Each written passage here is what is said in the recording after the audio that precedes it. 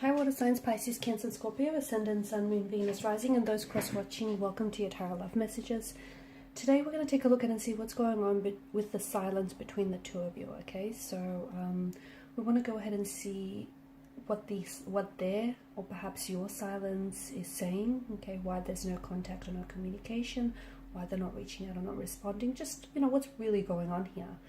This is going to be a general reading, guys, so please just keep that in mind. If you're after a personalized tarot reading with myself, please feel free to reach out and inquire. I will list my email address below the video where the show more section is. Okay, guys, with all of that being said, let's go ahead and begin.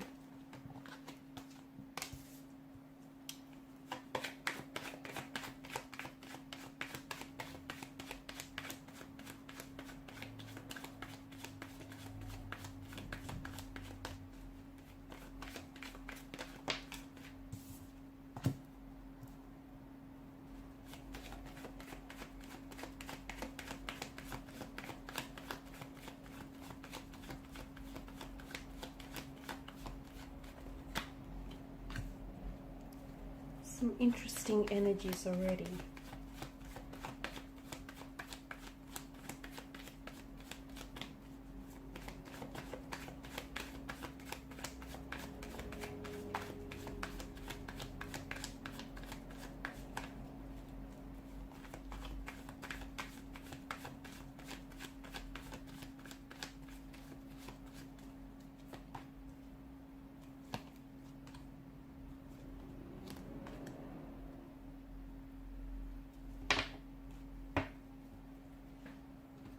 Okay, so you do have a bit of air energy here, and of course air governs mental energy.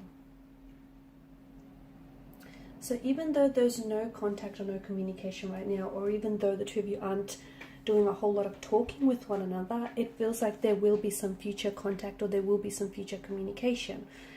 I feel like there will also be a lot of mental clarity with regards to what's really going on with your current situation. So just because things seem a little bit uncertain now between the two of you, a little bit ambiguous, a little bit disorientating even, I feel like within the very near future, because swords are, you know, much more, if we were to correlate it to a time frame, swords are a much more faster moving energy than the suit of pentacles or the suit of cups, right?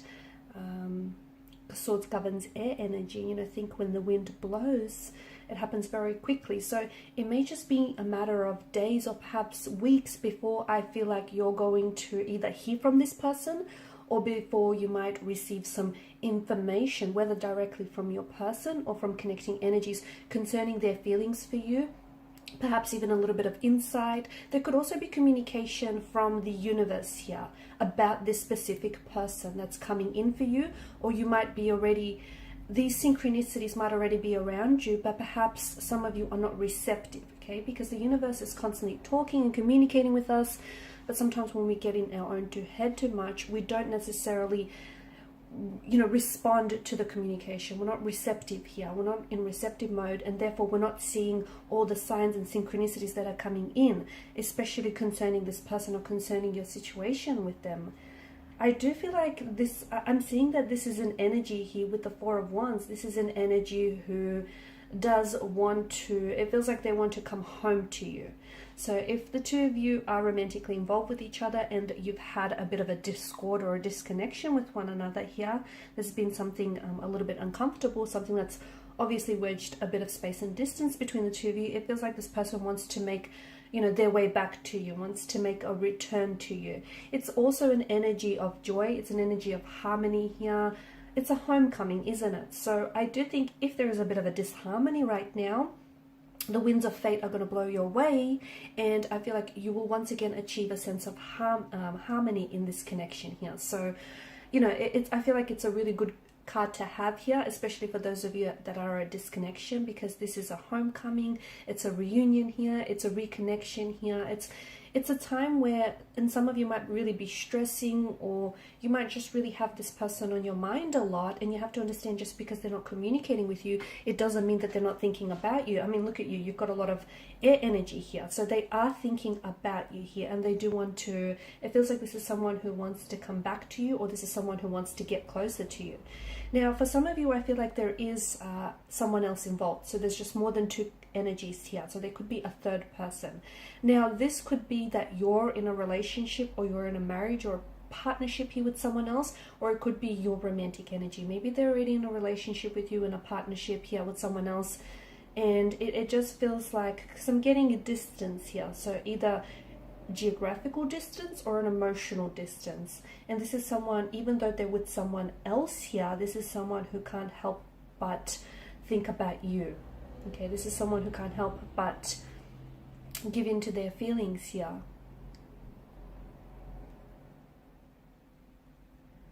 And it just feels like, and this is why I'm getting harmony, that I'm getting the notion of harmony, right? Or balance, rather.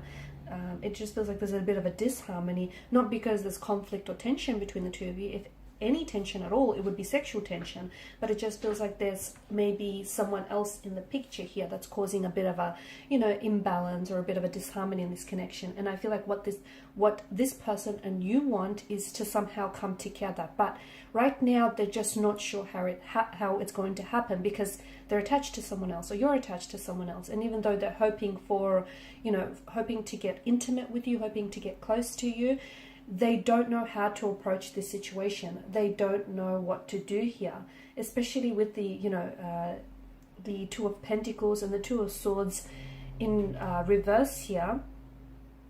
They're a little bit confused, okay? They could be confused about their emotions towards you.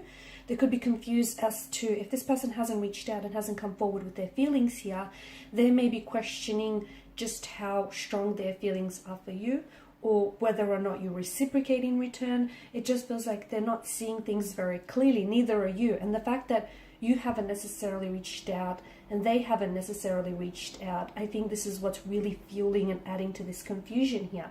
I do see this person like writing and deleting their messages to you. I do feel like this is someone who's been wanting to reach out to you on so many occasions, but they don't know what to say, or they don't know if it's a good thing. So this is a sign, especially with the crescent moon over here in the corner, this is a sign that you need to trust your intuition, as does your person, because the both of you feel some type of way about each other. The both of you have what feels like a connection, what feels like emotions and feelings towards one another. And you're both quite confused, right? You're probably watching, you know, a lot of tarot readings, or you're probably thinking about them a lot and just going over the conversations you have in your head.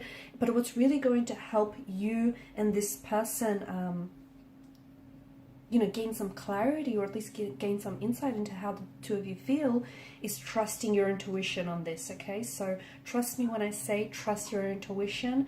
I feel like you'll come out on, you know, the right side of this.